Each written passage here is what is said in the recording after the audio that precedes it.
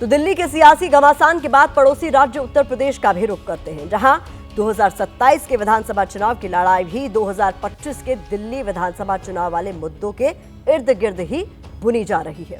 उत्तर प्रदेश में योगी आदित्यनाथ और अखिलेश यादव के बीच हिंदू प्रतीकों की राजनीतिक जंग शुरू हो गई है। इस लड़ाई में शिवलिंग है, मस्जिद है, बावड़ी है और महाकुंभ भी है। सियासी तर्कश के इन बाणों का हम आपके सामने विश्लेषण करेंगे और आपको बताएंगे कि कैसे 2027 की सियासी लड़ाई सनातन के मुद्दे की तरफ झुकती नजर आ रही है। अखिलेश यादव के शिवलिंग पर दिए गए बयान को 2027 की उसी लड़ाई का एक हिस्सा माना जा रहा है। अखिलेश यादव ने यूपी के सीएम आवास के नीचे शिवलिंग होने का दावा कर दिया। अखिलेश यादव ने कहा था, अगर लखनऊ में मुख्यमंत्री आवास की खुदाई की जाए तो वहां पर शिवलिंग मिल सकता है और ये उनका भरोसा है। जब से खुदाई हो रही है मुझे कुछ याद आ रहा है। जो लोग कहते थे उस बात को मैंने उतना सीरियस उस समय नहीं लिया था। अभी कल ही आपके एक पत्रकार मित्र मिले थे, मैंने उन्हें थोड़ा बता दिया है, लेकिन अब सब प्रेस सबको बताना चाहिए।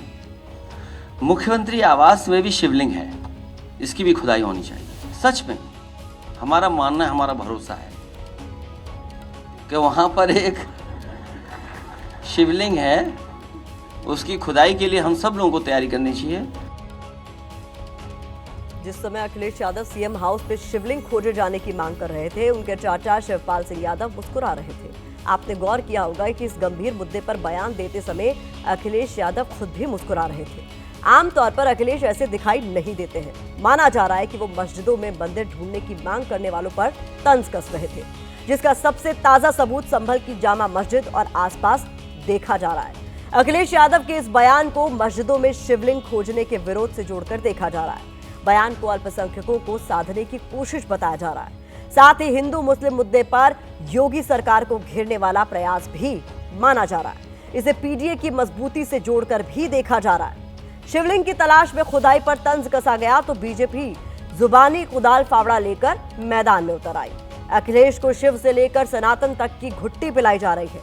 बताने का प्रयास किया जा रहा है कि अखिलेश सनातन विरोधी है और सिर्फ मुस्लिम वोट हासिल करने के लिए इस तरह के बयान दे रहे हैं।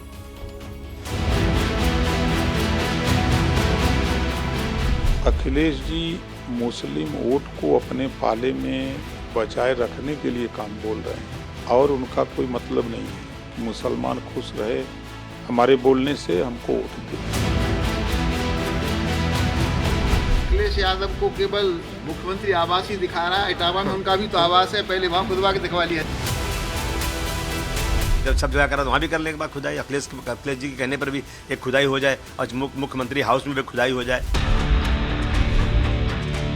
ये छोटा बयान है और हो सकता है कि उनके मुख पे सरस्वती जी विराजित हो। गोरखनाथ बाबा भगवान शंकर की प्रतिरूप है। शिवलिंग है ऐसा कह करके इस बात को नकार नहीं सकते हैं कि बहुत से मस्जिद ऐसा बना हुआ है, मंदिरों के अवशेष पर बना हुआ है।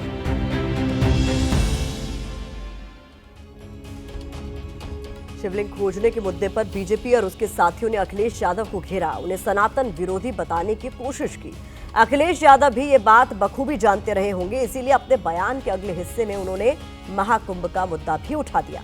वो मुद्दा जो उत्तर प्रदेश के सबसे बड़े वोट बैंक यानी हिंदू और सनातन से जुड़ा है। अखिलेश ने कैसे महाकुंभ के आयोजन पर योगी सरकार को घेरा है और उसके मायने क्या है, ये समझाने से पहले आपको योगी आदित्यनाथ की महाकुंभ से आई कुछ तस्वीरें दिखा देते हैं। आज योगी आदित्यनाथ 5वीं बार महाकुंभ की तैयारियों का जायजा लेने पहुंचे थे। उन्होंने श्रद्धालुओं के ठहरने से लेकर सुरक्षा इंतजामों की समीक्षा की। इस दौरान त्रिवेणी के तट पर आचमन भी किया। प्रयागराज में महाकुंभ को यूपी सरकार अब तक का सबसे शानदार आयोजन बता रही है।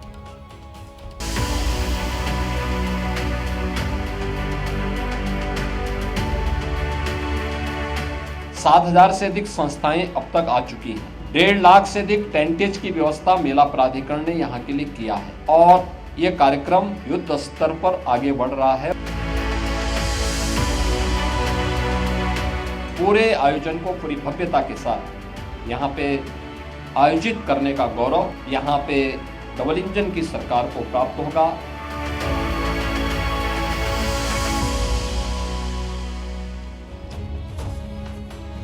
योगी योगी सरकार महाकुंभ में सबसे बेहतर इंतजामों का दावा कर रही है, लेकिन अखिलेश यादव उसी महाकुंभ की तैयारियों पर सवालों की बौछार कर रहे हैं। अखिलेश महाकुंभ की तैयारियों पर गंभीर आरोप लगा रहे हैं।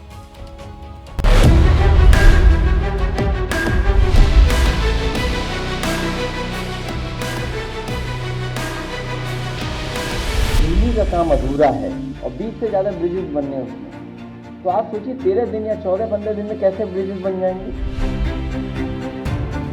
सरकार कितनी समझदार है। कुछ पत्रकार मित्रों से रियलिटी चेक कराया, जिसके लिए हम लोगों ने सवाल उठाया, उसका रियलिटी चेक नहीं किया, कुछ और रियलिटी चेक करा दिया।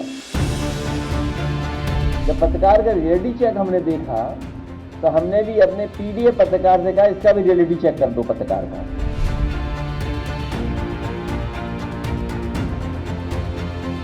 अगर कार्यकर्ता में मुकदमे लगेंगे तो हम सब अपने मोबाइल खोल करके पूरी पोल खोल देंगे कुंभ। ऐसे आयोजनों में लोग अवश्य आते हैं, जो वहाँ करोड़ों लोग आएंगे तो उनको निमंत्रण दिया जाता, वो अपने आप आते हैं। तो समझ लो ये सरकार अलग तरह की है।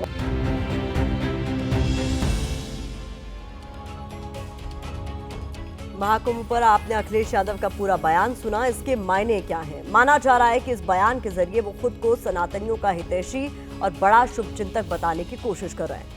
वो ये दिखाना चाहते हैं कि योगी सरकार भले ही महाकुंभ पर बेहिसाब पैसे खर्च कर रही है, लेकिन समाजवादी शासन में कम बजट में ही पूरी सुरक्षा और बेहतर इंतजाम किए गए। माना जा रहा है कि महाकुंभ में मुस्लिमों की एंट्री पर बैन के मुद्दे पर भी अखिलेश संदेश देना चाह रहे हैं कि मौजूदा समय में भले ही महाकुंभ में मुस्लिमों की एंट्री बैन करने की बात उठ रही हो, लेकिन समाजवादी सरकार में उनके मुस्लिम मिनिस्टर यानी आजम खान ने ही महाकुंभ का शानदार आयोजन कराया था। अखिलेश यादव ने महाकुंभ के जरिए योगी सरकार पर वार क्यों किया, ये तो जानकार मानते हैं कि बयान के पीछे 2024 लोकसभा चुनाव में पीडीए पॉलिटिक्स वाले फॉर्मूले से मिली सफलता है, जिसके सहारे अखिलेश ने बीजेपी के हिंदू वोट बैंक में सेंध मारी। आपके सामने 2024 और 2019 के वोट शेयर की पूरी लिस्ट है। 2024 में एनडीए को परंपरागत वोटर यानी सवर्णों ने भी 4% कम वोट दिया, जबकि इंडिया गठबंधन को फायदा हुआ, उसे 16% वोट मिले। 2019 में समाजवादी पार्टी का बीएसपी के साथ गठबंधन था, लेकिन इंडिया गठबंधन में आने पर उसे सवर्णों के वोट का भी फायदा मिला। 2019 में बीजेपी को यादवों के 23% वोट मिले थे, जबकि 2024 में सिर्फ 15% वोट हासिल हुए। घटे हुए वोट इंडिया गठबंधन को शिफ्ट हुए, कुछ अतिरिक्त वोट भी मिले। 2019 में कुर्मी कोयरी समाज का 80% वोट बीजेपी के पास था, जबकि 2024 में वो घटकर 61% ही रह गया। ये घटे हुए सारे वोट इंडिया गठबंधन में शिफ्ट हुए, ऐसा माना जा रहा है। 2019 में बीजेपी को अन्य ओबीसी के 72% वोट मिले थे। 2024 में यह आंकड़ा 59% पर लुढ़क गया। माना गया कि ये घटे हुए वोट भी इंडिया गठबंधन को ही गए। 2019 में बीजेपी को 48% नॉन जाटव वोट मिले थे। 2024 में घटकर 29% पर आ गए। बढ़े हुए ज्यादातर वोट इंडिया की तरफ शिफ्ट होते नजर आए। मुस्लिम वोट पहले से ही बीजेपी के तरफ कम थे, इस बार उनमें और कमी आई। कुल मिलाकर इसे अखिलेश यादव के पीडीए फॉर्मूला का असर माना गया, जिसमें कुर्मी कोयरी, अन्य ओबीसी और नॉन जाटव वोटर बीजेपी से दूर हुआ। माना जा रहा है कि हिंदुत्व की जिस धार से योगी आदित्यनाथ छिटके हुए दलित पिछड़े वोटों को वापस पाना चाहते हैं, अखिलेश उन्हें बचाने के लिए सनातन के रास्ते पर उतर आए हैं और महाकुंभ में उनका बयान उनकी उसी मशीन का सबसे नया उदाहरण है। लगातार जो बयान अखिलेश यादव को आए हैं वो उनकी एक सेट पैटर्न की पॉलिटिक्स का हिस्सा है। निकट अतीत में इसी साल पीडीए के फार्मूले से अखिलेश यादव को सियासी मुनाफा मिल चुका है। तय है कि वो इसी लाइन पे जाएंगे 2027 के असेंबली इलेक्शन में। और अखिलेश यादव का फोकस उत्तर प्रदेश के विधानसभा चुनाव पर है।